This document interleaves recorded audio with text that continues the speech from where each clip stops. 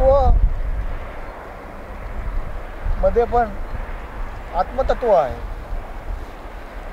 जसं म्हटलेलं आहे, एकोची देवा सर्व भूतेषु गूढ, सर्व वस्तू सर्व भूतांतर आत्म.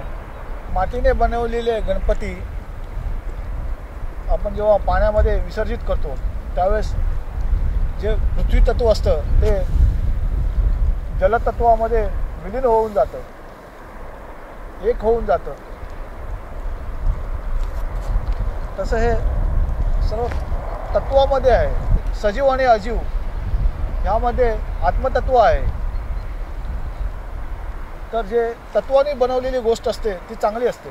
आपण जर मातीने श्री गणेशांची मूर्ती बनवली आणि ती जलतत्वामध्ये विसर्जित केली तर त्याला काहीतरी अर्थ आहे.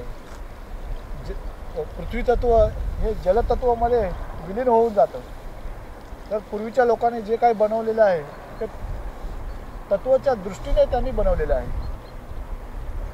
तर सर्वांनी मातीची मूर्ती बनवली तर अतिशय उत्तम आहे, कारण त्याला काहीतरी अर्थ लागतो.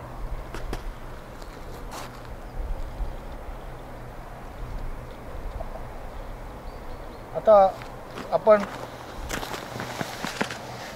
हे बर्फ आहे पण हे जलतत्व आहे. हे जलतत्व आहे. तर जेव्हा हे वितळतं तर पाणी म्हणून आपण म्हणतो, पाण्यासारखं दिसतं. जर एखाद्या शास्त्रज्ञाला किंवा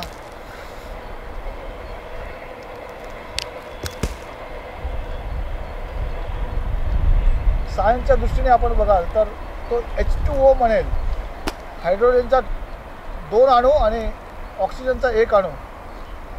पण आपल्याला ते ऐकण्यासाठी अतिशय विचित्र वाटेल. तसंच आहे. जर आपण तुम्हाला तत्वाची गोष्ट तुम्हाला सांगितलं तर तुम्हाला विचित्र वाटेल. पण हे तत्वज्ञान आपलं आत्मा आहे, आपल्या भारतीय संस्कृतीचं आत्मा आहे. तर सर्व गोष्टी जे झालेल्या आहेत ह्या तत्वाचा विचार करून संस्कृत्या तयार झालेल्या आहेत. सर्व सण तयार झालेले आहेत. त्यामागे काहीतरी तत्व आहे. तर आपण मातीची मूर्ती बनवली आणि ती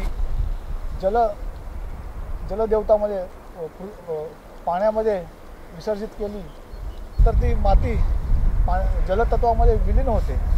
पृथ्वी तत्व जलतत्वामध्ये विलीन होतं. त्याला चांगला अर्थ लागतो. तर आपल्या पर्यावरणाचं संतुलन एक तत्व करत असतात. तर आपण सर्व 5 तत्वाला अग्नी, पृथ्वी, जल, वायू आणि आकाश यांचा सन्मान करायला पाहिजे.